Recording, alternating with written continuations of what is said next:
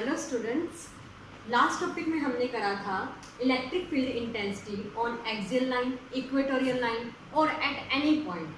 आज जो हम करने जा रहे हैं that is electric field intensity at any point on the axis of charge ring, electric dipole in uniformly two dimensional electric field और last is potential energy of dipole in uniformly electric dipole. Clear? So one by one करके हम start करते हैं। तो सबसे पहला topic जो हमारा है that is electric field intensity at any point on the axis of charge ring. तो क्योंकि चार्ज रिंग के बारे में बात करिए तो सबसे पहले हम एक चार्ज रिंग बनाते हैं। एक चार्ज रिंग ली जिसकी हम थिकनेस बिल्कुल निग्लिजिबल मान रहे हैं और जिसका हम रेडियस कितना मान रहे हैं, रेडियस हम मान रहे हैं इसका a। एक चार्ज रिंग ली जिसके ऊपर Q चार्ज प्रेजेंट है टोटल, हमने उसका रेडियस माना है a और उसकी थिकनेस हमने मानी है निग्लिजिबल। क्योंकि हमने एक चार्ज रिंग पे इलेक्ट्रिक फील्ड इंटेंसिटी निकालनी किसी भी एक पॉइंट पे, तो हम यहाँ पे एक पॉइंट मान लेते हैं for P point. P point, तो इस चार्ज रिंग की फील्ड इंटेंसिटी निकालनी है इस P पॉइंट पे, तो हम क्या करेंगे, सबसे पहले हम इस चार्ज रिंग का एक छोटा सा पोर्शन मानेंगे। छोटा सा पोर्शन मीन्स सपोज करो यहाँ से यहाँ तक का पोर्शन मैंने माना। Suppose this is A, this is B and this is C point. C से P तक का डिस्टेंस है, हम इसे ड्रॉ कर लेते हैं और मान लेते हैं O से जो P तक का डिस्टेंस है दैट इज R। क्लियर? अब हम क्या करेंगे, इस चार्ज रिंग की फील्ड इंटेंसिटी निकालनी इस P पॉइंट पे, तो हम सबसे पहले इस छोटे से पोर्शन की फील्ड इंटेंसिटी निकाल लेंगे। फिर टोटल रिंग निकालने के लिए, टोटल रिंग पे फील्ड इंटेंसिटी निकालने के लिए हम उसका क्या कर देंगे, इंटीग्रेट कर देंगे। क्लियर? So let's start. सबसे पहले electric field intensity at P due to small length AB। हमने क्या करना है, फील्ड इंटेंसिटी निकालनी है P पॉइंट पे। इस AB जो छोटी सी हमने लेंथ मानी है, देखो अगर इसकी पूरी लेंथ L है तो इसकी छोटी सी लेंथ जो AB को हम मान रहे हैं दैट इज AB को हम मान लेते हैं DL। उसी तरह से अगर इस पूरी रिंग पे चार्ज Q है तो हम इस पोर्शन पे जो AB पे जो चार्ज होएगा that is DQ। Clear? Small length पे स्मॉल चार्ज DQ। तो हम यहाँ पे, क्योंकि हमें पता है इलेक्ट्रिक फील्ड का जो फॉर्मूला होता है दैट इज इलेक्ट्रिक फील्ड का 1/4πε0 चार्ज अपॉन डिस्टेंस का स्क्वायर। अब क्योंकि यहाँ पे हम AB पोर्शन के लिए फील्ड निकाल रहे हैं, AB पोर्शन बहुत छोटा है इसलिए फील्ड भी उसकी बहुत स्मॉल होगी। हम इसे मान लेते हैं DE। 1/4πε0 चार्ज AB पे स्मॉल चार्ज कितना था, DQ अपॉन डिस्टेंस का स्क्वायर। AB से मतलब जो C पॉइंट है, C से P तक का डिस्टेंस हम मान लेते हैं CP स्क्वायर। क्योंकि हमें पता है ये डिस्टेंस A है, ये डिस्टेंस R है और हमें फाइंड करना पड़ेगा CP डिस्टेंस। CP डिस्टेंस कितना होएगा, देखो हम यहाँ पे इस ट्रायंगल पे पाइथागोरस थ्योरम लगाएंगे। तो CP is the hypotenuse, CP का स्क्वायर किसके बराबर होएगा, CO square plus OP square. Clear? CO कितना था हमारे पास A स्क्वायर, OP कितना था हमारे पास R स्क्वायर। तो हमारे पास CP स्क्वायर की वैल्यू कितनी बन गई, A square plus R square.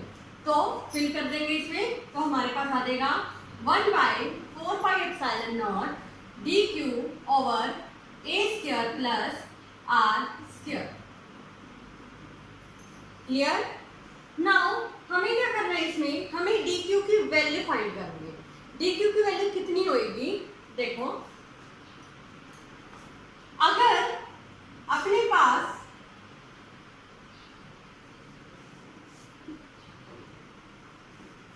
एक small total total length you know 2 pi a circumference. Total length पे कितना चार्ज था? q चार्ज था। तो एक एलिमेंट पे कितना चार्ज आएगा? q over 2 pi a। Clear? हमने क्या करना है, हमने स्मॉल चार्ज निकालना है ए बी पे। तो जो स्मॉल चार्ज होएगा रे वो क्या होएगा? q over 2 pi a into small length. Small charge small length पे कितना होएगा? q over 2 pi a into small length that is dl। Clear? So fill the value of dq। So dE अपने पास बन जाएगा 1 by 4 pi epsilon naught q over 2 pi a into dl, और नीचे पड़ा था अपने पास a square plus r square. Clear? Now जिस तरह से हमने ये पोर्शन के कारण फील्ड निकाली p पे, और जो इसकी फील्ड की डायरेक्शन होगी वो कैसे होगी? क्योंकि ये पॉजिटिव चार्ज है, तो पॉजिटिव चार्ज से फील्ड की डायरेक्शन हमेशा कैसे जाती है? Going outward. तो फील्ड की डायरेक्शन किस तरह से होगी? कुछ इस तरह से। हम यहाँ पे एक एंगल मान रहे हैं थीटा। हम इस डी क्यू को, जो डी ई है हमारे पास, इस डी ई को हम दो कंपोनेंट्स में डिवाइड कर देंगे। रिजॉल्व डी ई इन टू कंपोनेंट्स, तो एक इस तरफ एक इस तरफ। क्लियर? यहाँ पे जो जाएगा, क्योंकि थीटा वर्टिकली ऑपोजिट एंगल के कारण ये बनेगा, तो जो यहाँ पे जाएगा that is D E cos theta, और जो यहाँ पे आएगा that is D E sine theta. Clear? अब जिस तरह से ए बी पोर्शन के लिए फील्ड डी ई बनी थी, क्योंकि ये रिंग डायमीट्रिकली ऑपोजिट एजेस को मिला के बनी है, तो अगर हम इसके ऑपोजिट वाला पॉइंट लेंगे जो यहाँ पे जाएगा, सपोज यहाँ पे कुछ भी, जैसे ए बी लिया था वहाँ पे, यहाँ पे अगर मैं एम एन लेती हूँ, तो यहाँ पे कुछ भी अगर मैं एल लेती हूँ, तो इसके कारण जो फील्ड बनेगी वो किधर जाएगी? वो इस तरफ जाएगी। क्लियर? वो हम मान लेते हैं डी ई डैश। अगर मैं डी ई डैश को भी दो कंपोनेंट में रिजॉल्व करूं, तो एक कंपोनेंट इस तरफ, एक कंपोनेंट इस तरफ, तो इस तरफ क्या बनेगा? D E dash cos theta, और इस तरफ बनेगा D E dash sine theta. Clear? तो अगर मैं सिमिलरली बात करूं, similarly electric field intensity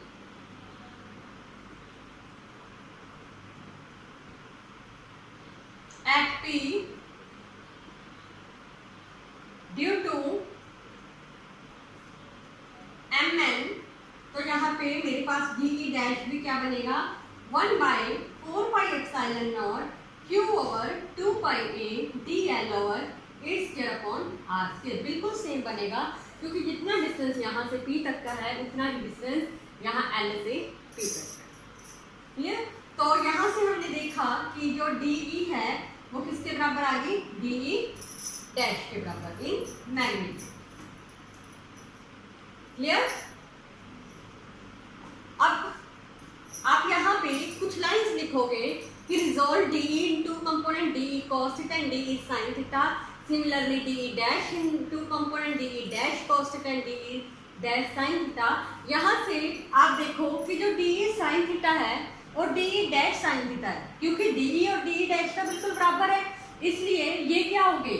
equal and opposite, so they cancel out with each other. Clear? अगर ये कैंसिल आउट होते हैं तो किसके कारण फील्ड रहेगी?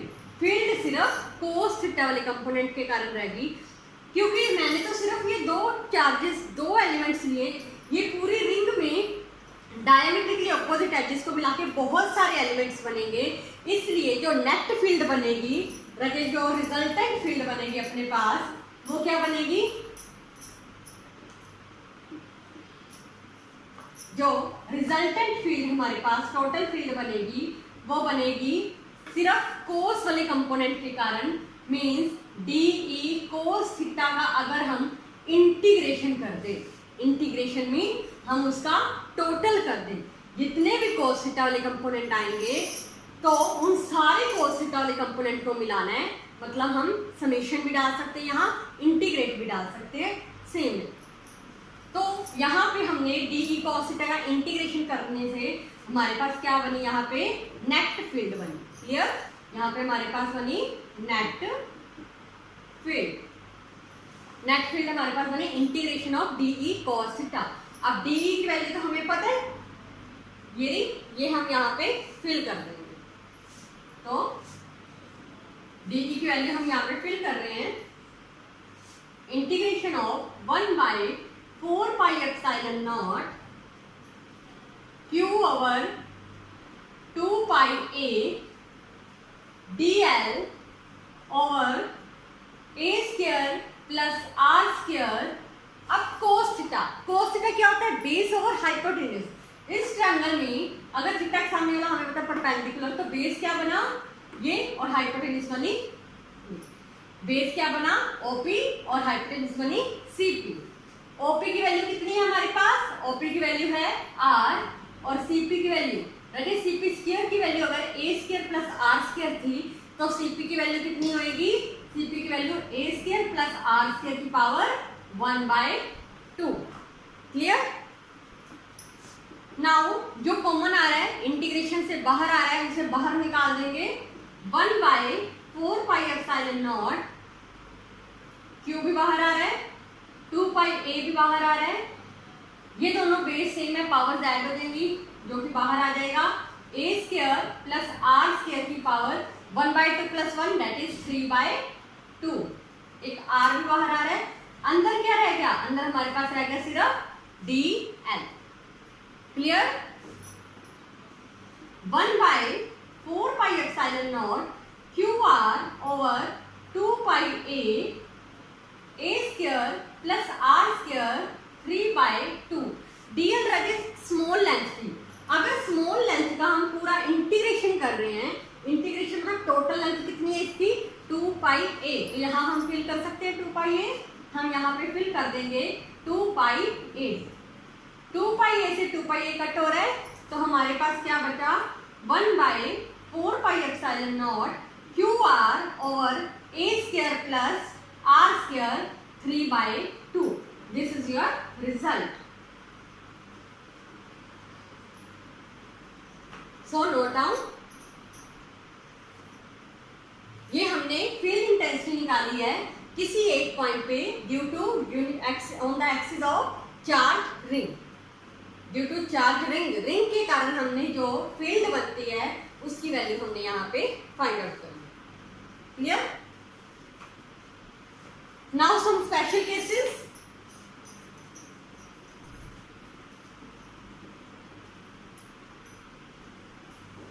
स्पेशल केस में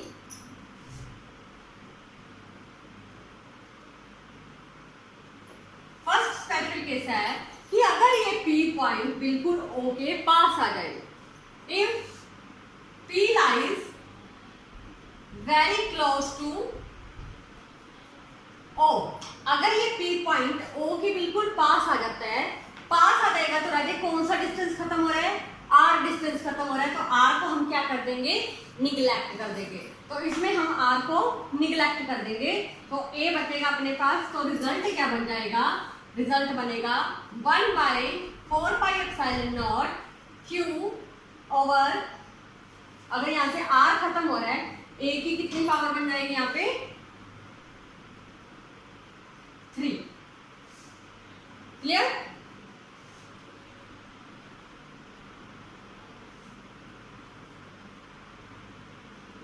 R खत्म हो रहा है, खत्म हो रहा है मतलब R 0 हो रहा है, तो यहाँ पे भी R था, 0 होने से यहाँ पे फील्ड कितनी बन जाएगी अपने पास 0। Is it clear? Now second special case is if P is, अगर ये P डिस्टेंस बहुत ज्यादा दूर हो जाए, अगर हम मान के चल रहे हैं अगर P डिस्टेंस बहुत दूर हो गया, मतलब R क्या हो गया, बहुत ज्यादा बड़ा हो गया, अगर R is very very greater than A, अगर A ग्रेटर देन है A से, तो हम क्या करेंगे, A को निगलेक्ट कर देंगे। A निगलेक्ट करने से क्या हुआ 1/4 पाई एप्सिलॉन नॉट, अगर आज इसमें से A निगलेक्ट करेंगे तो क्यू आर ओवर आर की क्यूब, एक आर से आर कट रहा है तो अपने पास बना 1/4πε0 Q over R square. This is your result. So note down.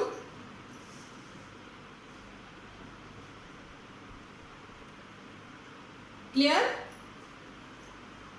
अब हम बढ़ते हैं अपने नेक्स्ट टॉपिक की ओर, that is electric field intensity in two dimensional uniformly electric field.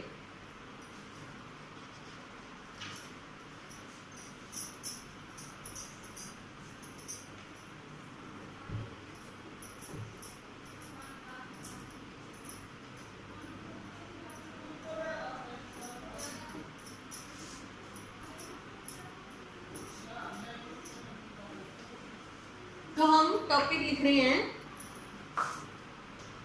Electric field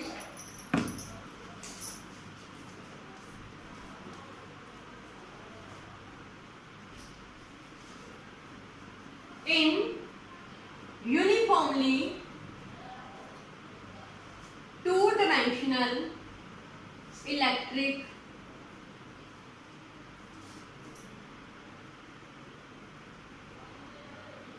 field intensity in uniformly two dimensional electric field.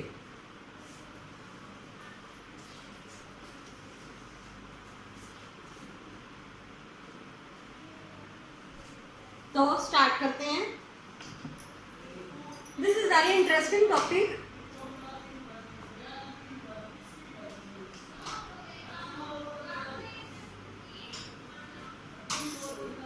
Electric dipole.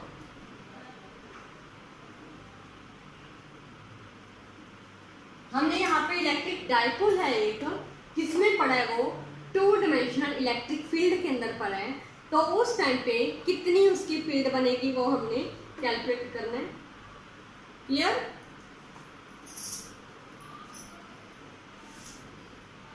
Suppose हम electric field मान रहे हैं इस डायरेक्शन.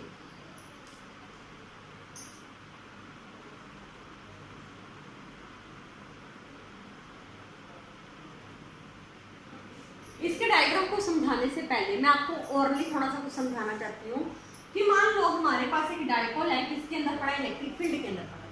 सिंपली अगर मैं बात करूँ, एक डायपोल है. डायपोल सबको पता है क्या होता है, माइनस क्यू प्लस का क्यू, दोनों के बीच में कितना डिस्टेंस है, 2a. ये डायपोल है, इलेक्ट्रिक फील्ड के अंदर पड़ा है. और हमें पता है कि जब कोई चार्ज इलेक्ट्रिक फील्ड के अंदर पड़ा होता है तो वो कुछ फोर्स एक्सपीरियंस करता है. जैसे कि मैंने लास्ट वीडियो में बताया था, इलेक्ट्रिक फील्ड का फॉर्मूला होता था फोर्स अपॉन चार्ज. तो वो कितना फोर्स एक्सपीरियंस करता है, वो फोर्स कितना QE एक्सपीरियंस करता है.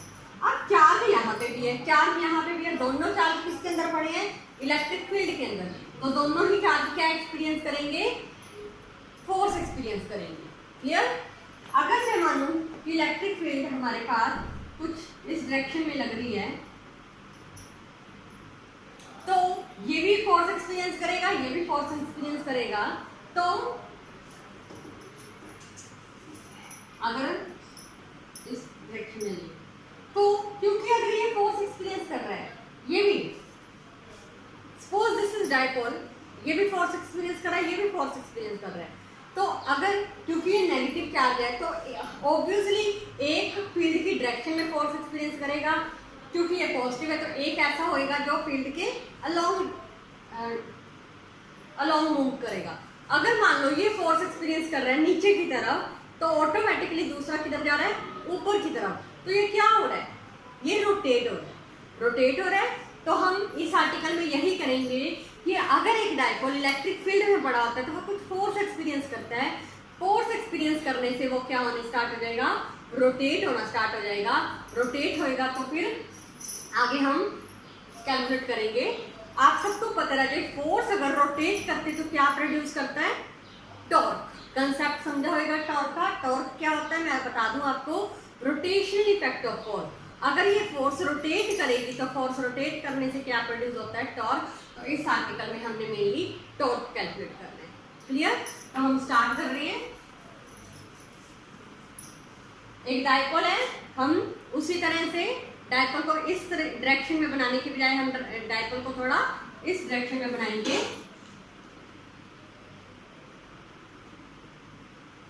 क्लियर?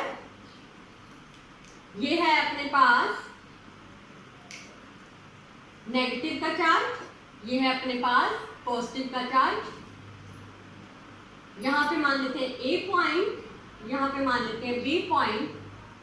तो इनमें से एक ऐसा दोनों ही चार्ज फोर्स एक्सपीरियंस करेगा, फील्ड लग रही है पॉजिटिव टू नेगेटिव होती है इसकी डायरेक्शन। तो किस डायरेक्शन में कैसे फोर्स एक्सपीरियंस करेंगे वो हम देख रहे हैं। देखो ये है पॉजिटिव चार्ज, ये है नेगेटिव।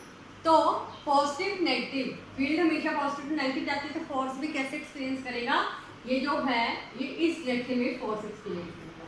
कितनी फोर्स एक्सपीरियंस करेगा, क्यू ई। क्लियर? अब जो ये है ये नेगेटिव है, तो नेगेटिव नेगेटिव के पास तो जाएगा नहीं, तो ये किस डायरेक्शन में फोर्स एक्सपीरियंस करेगा, ये कुछ इस डायरेक्शन में फोर्स एक्सपीरियंस करेगा। तो कितनी एक्सपीरियंस करेगा, F is equal to q E. Minus मैंने क्यों नहीं लिया, माइनस मैंने इसलिए नहीं लिया क्योंकि ये मैग्नीट्यूड में है। साथ में सेकंड रीजन इज दैट कि हम यहाँ लिखेंगे कि एक अलोंग द फील्ड मूव कर रहा है, दूसरा जो फोर्स एक्सपीरियंस कर रहा है वो ऑपोजिट द फील्ड कर रहा है। क्लियर? तो हम यहाँ स्टार्ट करते हैं। फोर्स ऑन चार्ज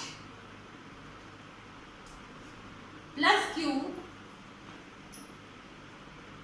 कितना करेगा, F is equal to q E. Clear? अगर हम बात करते हैं force on charge minus q, तो कितना फोर्स एक्सपीरियंस करेगा, actually that is minus q E, but हम यहाँ पे लिख देते हैं ये कर रहा है अलोंग द फील्ड, और यहाँ लिख देते हैं opposite the field. Opposite word के अंदर इसका माइनस साइन का आंसर मिल रहा है। क्लियर? अब दोनों ही चार्जेस फोर्स एक्सपीरियंस कर रहे हैं, एक अलोंग द फील्ड और दूसरा ऑपोजिट द फील्ड। अगर बट ये हमें यहां से पता चल रहा है दीज फोर्सेस क्या, दीज फोर्सेस आर इक्वल है, दोनों ही अनलाइक हैं और दोनों ही क्या है, पैरेलल। क्लियर? तो पैरेलल है, एक इक्वल भी है अनलाइक भी है, एक इस डायरेक्शन में मूव कर रहा है, एक इस डायरेक्शन में कर रहा है। तो नेट फोर्स वैल्यू क्या हो जाएगी, नेट फोर्स, दोनों की नेट फोर्स कितनी हो जाएगी, 0। एक क्यू ही दूसरा माइनस क्यू ही अगर लेते हैं, बट हम ऑपोजिट वर्ड लगा रहे हैं, तो दोनों की नेट फोर्स क्या बन रही है, 0। अगर नेट फोर्स 0 है और दोनों फोर्सेस इक्वल अनलाइक और पैरेलल हैं, तो रेडी ये क्या करना स्टार्ट कर देगा, जैसे कि मैंने इस आर्टिकल के स्टार्टिंग में बताया था आपको कि अगर एक अलोंग द फील्ड मूव करता है, दूसरा ऑपोजिट द फील्ड मूव करता है, तो क्या करना स्टार्ट कर देता है, वो कपल फॉर्म कर लेते हैं, तो रोटेट करना स्टार्ट कर देते हैं। हम यही लाइंस लिखेंगे, net force 0, so they will rotate. अगर वो रोटेट करेंगे और फोर्स अगर रोटेट करती है तो क्या प्रोड्यूस करती है, torque. They will rotate and produce torque. Clear? तो टॉर्क प्रोड्यूस करेंगे, तो हम टॉर्क अब कैलकुलेट करेंगे, कितनी टॉर्क एक्सपीरियंस करेंगे। टॉर्क का फॉर्मूला क्या होता है, टॉर्क का फॉर्मूला होता है force into perpendicular distance, force into perpendicular distance. क्योंकि हमें फोर्स की वैल्यूज ऑलरेडी पता है कितनी, क्यू ई, दोनों केसेस में, तो हमें परपेंडिकुलर डिस्टेंस कैलकुलेट करना पड़ेगा। पहले कैसे कैलकुलेट करेंगे, हम यहाँ पे पहले परपेंडिकुलर डिस्टेंस ड्रॉ करेंगे। हम यहाँ पे एक परपेंडिकुलर डिस्टेंस ड्रॉ करते हैं, ये यहाँ पे मान लेते हैं एंगल थीटा। तो परपेंडिकुलर डिस्टेंस क्या बना, ये यहाँ पे कोई नाम दे देते हैं, मान लो सपोज करो n। तो bn क्या है इसका, perpendicular distance means force into bn। तो bn की वैल्यू हमें कैलकुलेट करनी पड़ेगी पहले, तो कैलकुलेट करते हैं। इस ट्रायंगल में जो ये ट्रायंगल बन रहा है मेरे पास, इन ट्रायंगल ABN, इसमें हम पहले साइन थीटा कैलकुलेट करते हैं। साइन थीटा क्या होता है, P ओवर H, परपेंडिकुलर और हाइपोटेन्यूज। तो परपेंडिकुलर क्या है, BN, और हाइपोटेन्यूज क्या है अपने पास, AB। ए बी तो एक डायपोल था और डायपोल के बीच में कितना डिस्टेंस होता है 2a, bn बाय 2a बन गया ये। तो यहाँ से मेरे पास bn की वैल्यू कितनी आ गई 2a sin थीटा। क्लियर? यहाँ से मैं bn की वैल्यू फिल कर सकती हूँ। तो bn की अगर वैल्यू फिल करूँ तो हमारे पास टॉर्क कितनी बनती है, फोर्स कितना था QE, bn कितना है 2a sin थीटा। रखे अब Q और 2a, Q into 2a क्या होता है सभी को पता है, Q into 2a डायपोल होता है, that is dipole moment P से रिप्रेजेंट होता है। तो यहाँ पे इन दोनों की जगह मैं P लिख सकती हूँ, तो मेरे पास बन गया PE sin theta. This is your result. और साइन थीटा को आप कुछ इस फॉर्म में भी लिख सकते हो। तो ये आपका आंसर। क्लियर?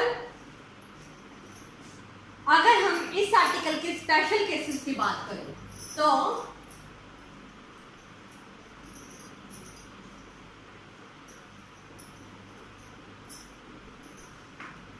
स्पेशल केस की अगर मैं बात करूं,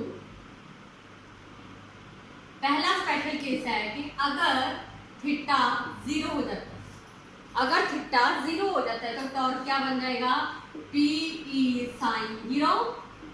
sin 0 कितना होता है 0, तो टॉर्क क्या होगी 0। Means minimum torque. अगर पेपर में कोई भी एक नंबर का क्वेश्चन भी पूछ ले कि मिनिमम टॉर्क कब होती है, किस एंगल पे होती है, तो थीटा 0 पे होती है। क्लियर? तो इसे हम एक कंडीशन भी मानते हैं, इसे हम स्टेबल इक्विलिब्रियम की कंडीशन भी मानते हैं। Stable equilibrium. क्लियर? अगर हम दूसरा स्पेशल केस माने कि अगर थीटा 90 डिग्री है, थीटा 90 डिग्री है तो कितना बनेगा PE sin 90। sin 90 मीन्स 1, तो अपने पास वैल्यू रहेगी PE।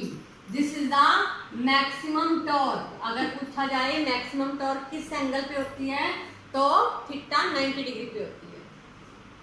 And the last is कि अगर थीटा 180 डिग्री हो जाता है, 180 हो जाएगा तो टॉर्क PE sin 180, तो अपने पास जो वैल्यू बनेगी -PE, वो किसकी कंडीशन होती है, दैट इज अनस्टेबल इक्विलिब्रियम।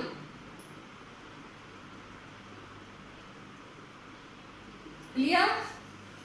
जो आर्टिकल था वो 3 मार्क्स में आ सकता है, बट इसके जो स्पेशल केसेस हैं उसमें से भी क्वेश्चंस बन सकते हैं 1 मार्क्स के लिए कि मैक्सिमम टॉर्क कब होता है, तो आपने बताना है थीटा 0 पे, मिनिमम कब होता है थीटा मिनिमम कब होता है थीटा 0 पे, मैक्सिमम कब होता है थीटा 90 पे, या स्टेबल अनस्टेबल की कंडीशन कितने एंगल पे होती है, तो वो आप यहाँ से बता सकते हैं। Clear? Now our last topic. We proceed with our last topic of exercise 1B of exercise electric field. That is next topic है potential energy of dipole in uniformly electric field. अगर हम पोटेंशियल एनर्जी की बात ना करें तो article बन रहा है dipole in uniformly electric field, जो कि अभी हमने करा। डायपोल अगर when dipole is placed in uniformly electric field, जैसे कि हमने अभी करा कि डायपोल जब इलेक्ट्रिक फील्ड के अंदर पड़ा होता है तो वो टॉर्क एक्सपीरियंस करता है। कितनी टॉर्क एक्सपीरियंस करता है PE sin थीटा, यहाँ लिख सकते हैं। बट इस आर्टिकल में हमने पोटेंशियल एनर्जी कैलकुलेट करनी है, और कोई भी एनर्जी किसके बराबर होती है, वर्क डन के बराबर। तो इस आर्टिकल में भी हम पहले स्मॉल वर्क डन निकाल के फिर टोटल वर्क डन कैलकुलेट करेंगे। If dW is the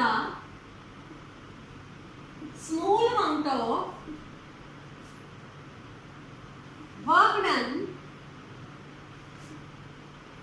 in rotating the dipole, अगर dW क्या है, small amount of work done है डायपोल को रोटेट करने में, तो वर्क डन जैसे कि सबको पता है वर्क डन का पता है, जो फॉर्मूला होता है फोर्स इनटू डिस्प्लेसमेंट, और अगर स्मॉल वर्क डन है तो स्मॉल डिस्प्लेसमेंट। बट इस केस में क्या हो रहा है, इस केस में डायपोल रोटेट कर रहा है, रोटेट करने से फोर्स क्या होता है रोटेशन इफेक्ट में, टॉर्क, और डिस्टेंस क्या होता है थीटा। ये आपने 11th क्लास में कर रखा है, फोर्स होती है टॉर्क और डिस्टेंस थीटा। तो यहाँ पे वर्क डन क्या बनेगा टॉ डी थीटा। अब जैसे कि हमें टॉ की वैल्यू पता है कितनी है, पी ई साइन थीटा, साथ में क्या पड़ा है डी थीटा। बट ये तो स्मॉल वर्क डन है, हमें टोटल वर्क डन निकालना है। टोटल के लिए हम क्या करेंगे, इसका इंटीग्रेट। व्हेन डायपोल, या मान लेते हैं कि इफ डायपोल रोटेट कर रहा है, if dipole rotate eight an angle theta 1 to theta 2, मान लेते हैं कि डायपोल है रोटेट कर रहा है, पहले थीटा 1 एंगल पे फिर थीटा 2 एंगल पे, तो टोटल वर्क डन क्या बनेगा, सो टोटल वर्क डन जो अपने पास बनेगा, हम इसका इंटीग्रेट कर देंगे, दोनों तरफ इंटीग्रेशन का निशान, P E sine theta D theta. यहाँ पे लिमिट्स क्या जाएंगी, थीटा 1 to थीटा 2, यहाँ पे तो आ जाएगा total work done, P E बाहर आ जाएगा, अंदर आ जाएगा sine theta D theta, theta 1 to theta 2, और साइन थीटा का इंटीग्रेशन क्या होता है माइनस कोस थीटा। क्लियर, ये माइनस हम बाहर ले लेंगे, तो minus P E cos theta, यहाँ पे लिमिट्स आएंगे थीटा 1 to थीटा 2। फिर हम क्या करते हैं, upper limit minus lower limit, यहाँ पे भर देंगे cos theta 2 minus theta 1, this is your result. और एंड में आप लिख देना कि वर्क डन किसके बराबर होता है, पोटेंशियल एनर्जी के बराबर। तो अपने पास जो पोटेंशियल एनर्जी का रिजल्ट बना that is minus P E cos theta 2 minus cos theta 1। Clear, ये आपका आर्टिकल है। हम इसमें भी कुछ स्पेशल केस की अगर बात करें तो स्पेशल केस में आज दो स्पेशल केस लेंगे हम इसमें। जो पहला स्पेशल केस है कि if dipole is initially along the field, अगर मान लेते जो डायपोल है पहले फील्ड के अलोंग है, अगर पहले स्टार्टिंग में अलोंग है मतलब थीटा 1 कितना है 0 डिग्री, अगर पहले अलोंग है तो फिर बाद में कुछ एंगल रोटेट करा तो थीटा 2 हम कोई भी एंगल मान लेते हैं थीटा, तो अपने पास पोटेंशियल एनर्जी का रिजल्ट क्या बनेगा minus P E cos theta minus cos 0, और कॉस 0 कितना होता है 1, तो इसमें हम फिल कर देंगे ये आपका answer. And last special case क्या बनेगा, इफ डायपोल इज इनिशियली